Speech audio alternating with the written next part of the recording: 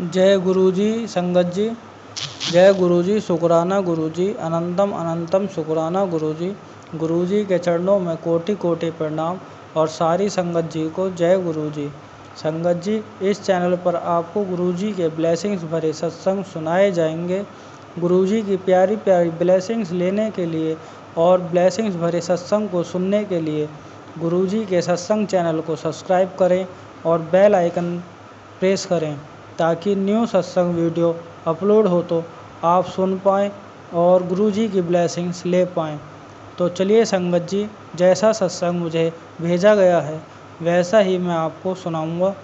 तो चलिए संगत जी, सत्संग स्टार्ट करने से पहले मैं गुरु जी का मंत्र जाप करता हूँ। ओम नमः शिवाय, शिव जी सदा सहाय। ओम नमः शिवाय, गुरु जी सदा सहाय। जय गुरु जी, शुक्राना गुरु जी। संगत जी, आंटी कहती हैं जय गुरु जी, शुक्राना गुरु जी, अनंतम अनंतम शुक्राना गुरु जी। गुरु जी के चरणों में कोटि कोटि प्रणाम। तो चलिए संगत जी, सत्संग स्टार्ट करते हूँ। संगत जी, मैं प्रभु के चरण कमलों में नतमस्तक होती हूँ कि वह अपनी कृपा मुझ पर करें कि उनके प्रदान किए हुए कुछ दिव्य आशीर्वाद में सबके साथ बांट सकूं। संगत जी, बचपन में मैंने रविवार सुबह दिखाए जाने वाले महाभारत और श्री कृष्ण धारावाहिकों के माध्यम से भगवान को समझा था। जैसे श्री कृष्ण ने पांडवों को हर कदम पर मार्गदर्शन किया और अपने भक्तों के कल्याण के लिए लीलाएं सुनियोजित की, वह मुझे बहुत आकर्षक लगता। समय के साथ भगवान के दर्शन पाने अभिलाषा बढ़ती गई और अनजाने ही एक दिन मुझे गुरुजी के दरबार का बुलावा आया। मैंने बाद में समझा कि मेरी प्रार्थना स्वीकार की गई है। गुरुजी के दरबार जाना एक ऐसी यात्रा थी जिसने मुझे एक बिल्कुल ही अलग दुनिया में पहुंचा दिया था। संतोष से परिपूर्ण क्षणभंगुर वस्तुओं से दूर ले जाते हुए और चिंताओं को कहीं लुप्त करते हुए पूरी तरह से हितकारी मुझे गुरुजी को सुनने का या बात करने का सुअवसर नहीं प्राप्त हुआ, परंतु अनजाने में उनका अनुसरण कर रही थी। जल्दी ही मुझे ज्ञात हुआ कि मैं उनकी अनुयायी हो गई थी। तब से जीवन गुरुजी के साथ संजो के रखने वाला एक आशीर्वाद बन गया है, जिसमें तन मन और अंतरात्मा उनके संरक्षण में हर पल उत्साह में है, हमारे सबसे अच्छे मित्र या रक्षक की तरह।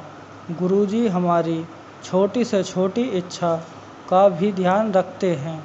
आवश्यकता केवल इतनी है कि हम इसे समझें और मानें कि हमारे जीवन में एक दिव्य शक्ति है। उन्हें निष्ठापूर्वक समर्पण करें। संगत जी, 13 फरवरी 2006 को हमें बड़े मंदिर जाने का मौका मिला। उस दिन मैं हॉल में रखी हुई शिवजी की मूर्ति में हमने प्रत्यक्ष बदलाव देखे। दाहिनी आँख और निचला होंठ अगाड़ी में बढ़ गए थे और शिवजी बड़े मनमोहन ढंग से मुस्कुरा रहे थे। क्योंकि उस दिन मेरे पास मेरा मोबाइल था, मैंने कुछ तस्वीरें ले ली। वह तस्वीरें मेरे फ़ोन में ही रहीं और एक अद्भुत रात को मैंने वह दोबारा देखी। 1 महीने बाद 20 मार्च को सोमवार के दिन हम बड़े मंदिर सेवा और दर्शन के लिए गए। वह बहुत ही अच्छा दिन था और आशीर्वाद के रूप में हमें बहुत सारा प्रसाद और सत्संग मिले। रात को करीब 8 बजे हमें घर जाने के लिए कहा गया। मैं बाहर शिवजी की मूर्ति के पास खड़ी थी। जब हमारा ध्यान उस मूर्ति के होंठों के बीच एक महीन दांतों की लकीर पर गया, जो वैसे नहीं नज़र आती थी, हम भौंचक्के रह गए।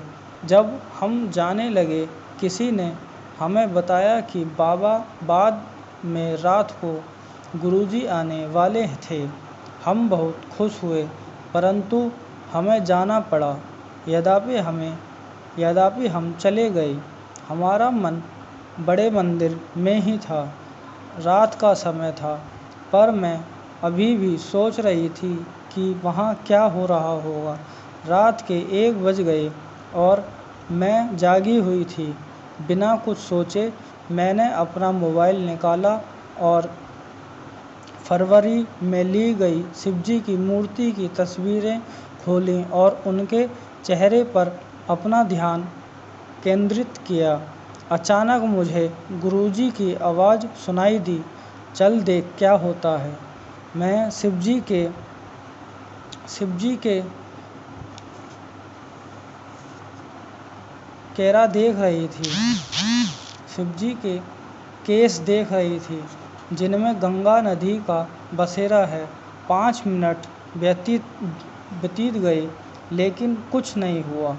जैसे मैंने उनके चेहरे की ओर देखा, मैं यह देखकर आश्चर्यचकित रह गई कि आधा चेहरा लाल हो गया था और कंठ के पास तांबे के रंग का सा धब्बा बन गया था। मैं बहुत डर गई। मेरे दिल की धड़कन तेज हो गई और मैं अपने बिस्तर पर उठकर बैठ गई। गुरुजी ने मुझे आश्वासन दिया कि कुछ नहीं होगा और मैं तस्वीर देखती रही। उनकी आज्ञानुसार मैं उस अंधेरे कमरे में उसी मुद्रा में रही, यहाँ तक कि मैंने अपना चश्मा भी नहीं पहना। फिर मैंने देखा कि शिवजी की तस्वीर में रंग प्रदर्शित हो रहे थे। दाहिने ओर गाल गुलाबी हो गए थे और भौहें हरी और गुलाबी हो गई थीं। शिवजी के कंठ के आसपास सर्प पर एक नीली रेखा आँखों सी प्रतीक हो रही थी।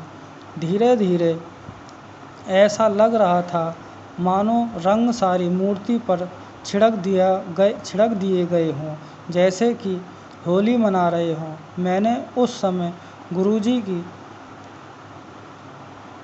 अपरिमित कल्पना प्राप्त की।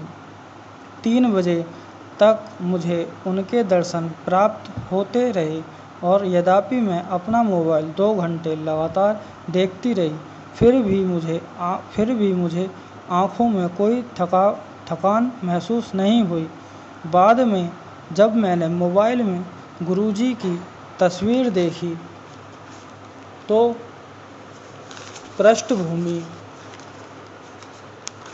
पृष्ठभूमि में भी गुलाबी रंग का गुलाल देखकर मुझे बहुत हैरानी हुई। सुबह को मैंने जाकर अपने परिवार के सारे सदस्यों को वह तस्वीर दिखाई।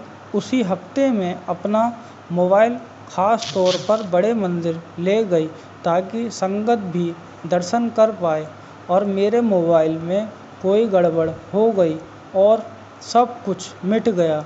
यद्यपि हमने उस साल होली नहीं मनाई, गुरुजी ने उसे मेरे लिए सबसे यादगार बना दिया। ऐसे चमत्कार दर्शन के लिए मैं गुरुजी का धन्यवाद करती हूँ। फिर संगत जी, 2006 में लोहरी के दिन गुरुजी ने अपने हाथों से अनुयायियों को प्रसाद बांटा। मूंगफली, मिश्री और इलायची। कुछ प्रसाद का हमने वहीं आनंद उठाया और कुछ हम घर ले गए।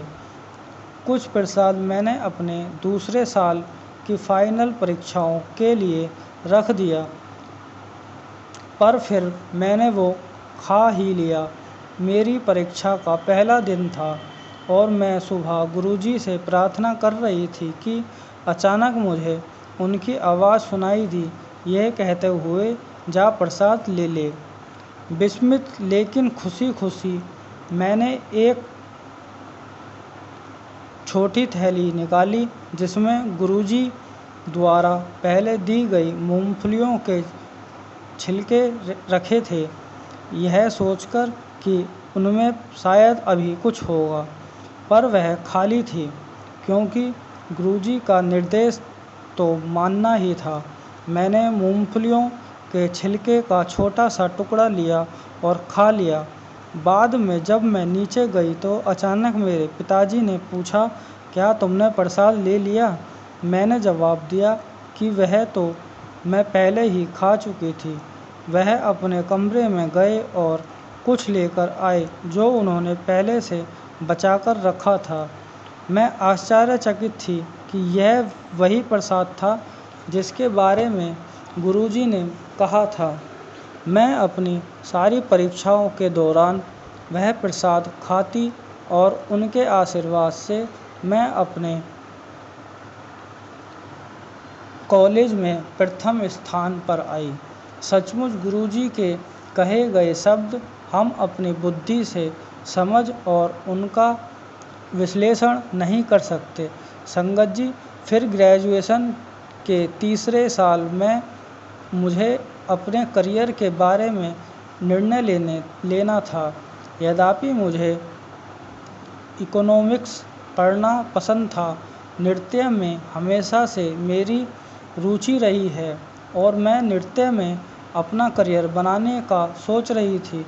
2007 में एक रात मुझे गुरुजी के दर्शन हुए, जिसमें मैंने उनसे पूछा, गुरुजी, क्या मुझे नृत्य में अपना करियर बनाना चाहिए या इकोनॉमिक्स में एमए करना चाहिए? गुरुजी ने जवाब दिया, एमए कर ले।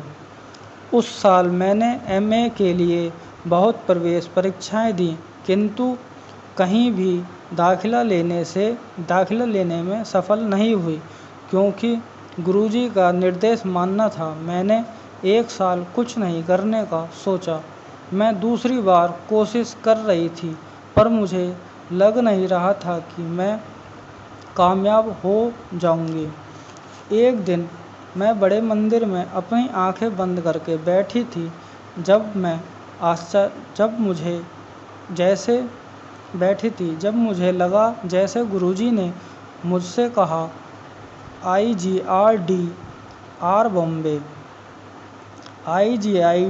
बॉम्बे में अचानक रह गई। मैं आश्चर्यचकित रह गई।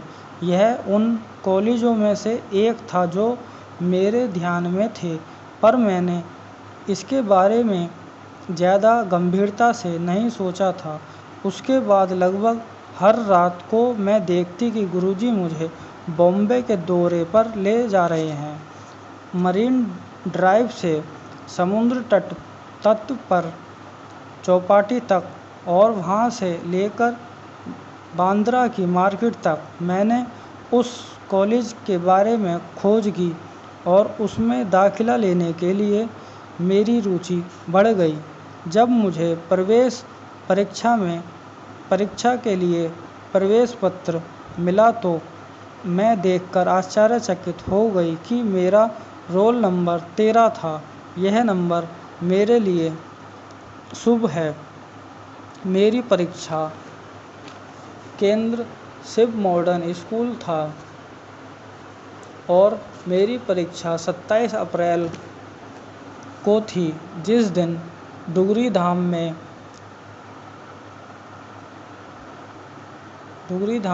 गुरुजी के भोग का आयोजन किया गया था। परीक्षा के दिन सफल होने और अपेक्षाओं पर खरे उतरने के दबाव के कारण मैं घबरा गई।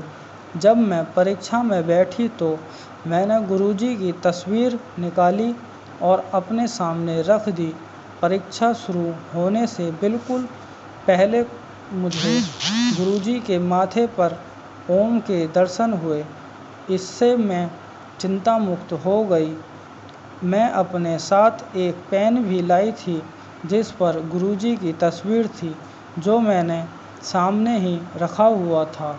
अचानक निरीक्षक आई और उसने मुझसे पूछा कि क्या वो पेन वह इस्तेमाल कर सकती हैं, क्योंकि उसके पास पेन नहीं था। मैंने उन्हें दे दिया। यद्यपि मुझे हैरानी हुई कि निरीक्षक बिना पेन के आई थी। उसने मेरे सहित सभी के उत्तर पत्र पर उसी पेन से हस्ताक्षर किए और मुझे ऐसा महसूस हुआ मानो गुरुजी मुझे अपनी उपस्थिति का आश्वासन दे रहे हों। परीक्षा में 130 सवाल थे और हर अनुभाग हमें व्यक्तिगत रूप से उत्तरदायी करना था। 2 अनुभाग मैं कर लूँगी इसका तो मुझे पूरा विश्वास था, किंतु अंग्रेजी का भाग बहुत कठिन था। मैंने अपना पेन नीचे रख दिया और खुद को कहा कि इसमें दाखिला के बारे में तो मैं भूल ही जाऊं। अचानक गुरुजी ने मेरे हृदय में एक सोच डाली। मैं महीनों तक इसमें दाखिला पाने और बॉम्बे आने के लिए इतने जोश से भरी हुई थी। ऐसे आखिरी पल में मैं कैसे हिम्मत हार सकती हूँ। मैंने खुद को संभाला और 110 सवाल हल किए। यद्यपि उसी साल से नकारात्मक अंकन होने वाला था। जब परिणाम आया, साक्षात्कार के लिए पूरे देश से 110 विद्यार्थी चुने गए। मेरा नाम 7वें स्थान पर था और मेरा साक्षात्कार 7 जुलाई को होना था, जो गुरुजी का जन्म दिवस है। गुरुजी के आशीर्वाद से मेरा साक्षात्कार जो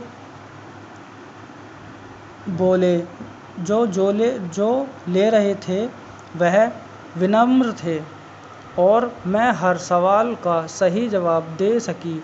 बहुत विद्यार्थी थे जो मुझसे ज़्यादा होशियार थे, परंतु उनके साक्षात्कार लेने वाले बहुत कठोर थे और वह विद्यार्थी हताश हुए।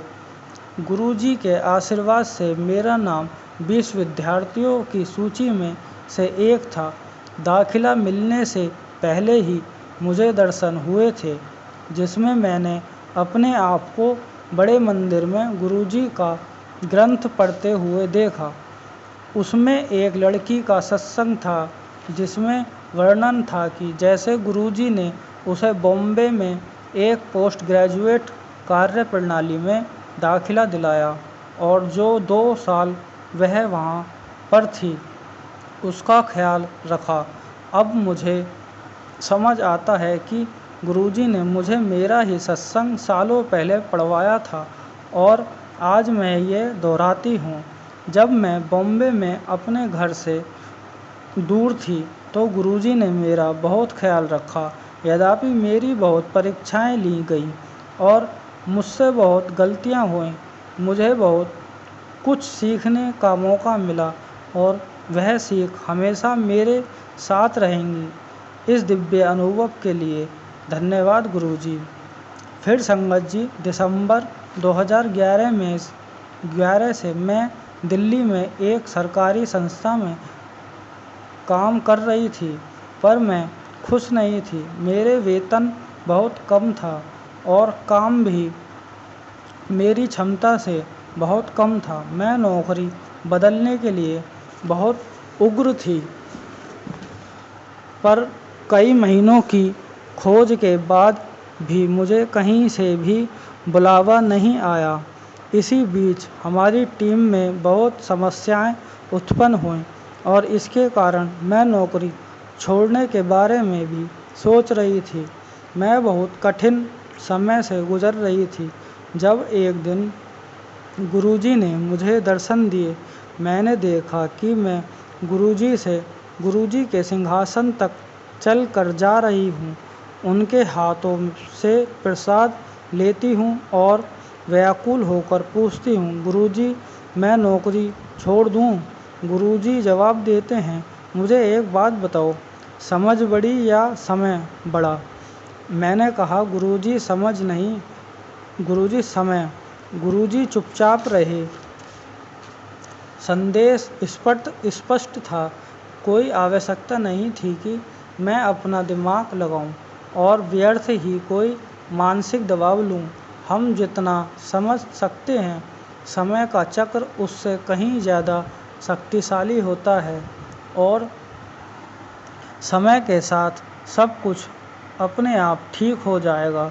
जल्दी ही एक दूसरी सरकारी संस्था में नौकरी के लिए मैंने एक विज्ञापन देखा। मैंने उस नौकरी के लिए आवेदन भेजा और मुझे साक्षात्कार के लिए बुलावा आया।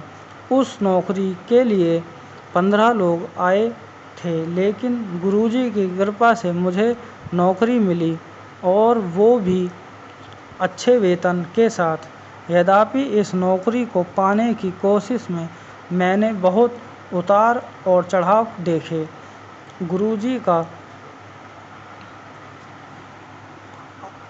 गुरुजी का आगमन और आशीर्वाद सदा मेरे साथ रहा। यद्यपि मैंने बहुत मेहनत की, मैं विश्वस्त नहीं थी कि मेरा 1 साल का कॉन्ट्रैक्ट आगे बढ़ेगा कि नहीं, परंतु चूंकि गुरुजी मेरे साथ थे, मेरे खिलाफ कोई खड़ा नहीं हो सका और मेरा कॉन्ट्रैक्ट आगे बढ़ा दिया गया। एक बार गुरुजी ने मुझे दर्शन दिए जब उन्होंने कहा, खुश रहना है तो दान करो, न्याय चाहिए तो भगवान को याद करो। हकीकत में इस कलयुग में खुशी और न्याय पाना बहुत कठिन है और गुरुजी ने हमारा मार्गदर्शन किया है। फिर संगत जी, हम सब कितने भाग्यवान हैं। इस कलयुग में हम स्वयं भगवान शिव के दिव्य संरक्षण में हैं, जो हमें सांसारिक भौतिकवाद और झूठे भ्रमों के दलदल से उभारते हैं। हम भाग्यवान हैं कि हमें इतने लाड़ प्यार से भरा जीवन मिला है। हमें भगवान शिव के चरण कमलों में बैठने को मिलता है, दिव्य और पवित्र लंगर खाने को मिलता है, मंदिर में सेवा करके अपने पाप धोने का मौका मिलता है और हर पल हमें गुरुजी का संरक्षण और मार्गदर्शन उपलब्ध है और वह बिना कुछ कहे हमारे आने वाले कष्ट दूर कर देते हैं। इस कलयुग में कहाँ इतना निर्मल प्रेम और आनंद कोई प्रदान करता है। मेरा ये मानना है कि अब हम साधारण मानव नहीं हैं, हम गुरुजी की संगत हैं। जैसे भगवान शिव ने शिव पुराण में बड़े सुंदर ढंग से आख्यान किया, जैसे सूरज प्राकृतिक में सब पौधों को समान रूप से बढ़ने के लिए अपनी किरणों के द्वारा प्रोत्साहित करता है, परंतु कुछ फल खिलते हैं और कुछ नहीं। यह केवल उनके भिन्न भिन्न स्वभाव के वजह से हैं। उसी तरह गुरुजी ने हमें मानव रूप में अवतार लिया, हमें सांसारिक अर्जनशीलता से ऊपर उठाने के लिए और हमारी आत्मरक्षा को शुद्ध करने के लिए। हम यह कितना कर पाते हैं कि वह पूरी तरह से हम पर निर्भर करता है। हमें गुरुजी की दिव्य चरण पादुका जूतियों से प्रेरणा लेनी चाहिए, क्योंकि इतनी सरलता से किसी ने गुरुजी का कहना नहीं माना जितना उनकी पादुका ने। वह गुरुजी के दिव्य चरण सुशोभित करती और जहाँ गुरुजी चाहते वहाँ उनके साथ जाती, बिना कोई सवाल किए। क्या हम गुरुजी के दिव्य प्रेम का प्रतिफल संपूर्ण समर्पण करके नहीं दे सकते? सबसे महत्वपूर्ण सीख जो मुझे मिली है, सब कुछ झूठ है, गुरुजी ही परम सत्य हैं। इसी के साथ संगत जी सत्संग समाप्त करती हूँ। जय गुरुजी, शुक्राना गुरुजी। संगत जी, गुरुजी के चमत्कार तो बहुत हैं, मैं बस उनका व्याख्यान कर सकता हूँ। जब गुरुजी मुझे दोबारा इसका अवसर देंगे तो वास्तव में मैं गुरुजी के और भी ब्लेसिंग्स भरे सत्संग का अनुकरण करूँगा। सत्संग कहने में अगर मुझसे कोई गलती हुई हो तो गुरुजी मुझे क्षमा करें। और संगत जी, आप अपना सत्संग हमें शेयर कर सकते हैं। मेरे व्हाट्सएप नंबर पर सत्संग लिखकर या अपनी वॉइस भी शेयर कर सकते हैं, जो व्हाट्सएप नंबर मैंने डिस्क्रिप्शन में दे दिया है। जय गुरुजी, शुक्राना गुरुजी। जय गुरुजी, शुक्राना गुरुजी।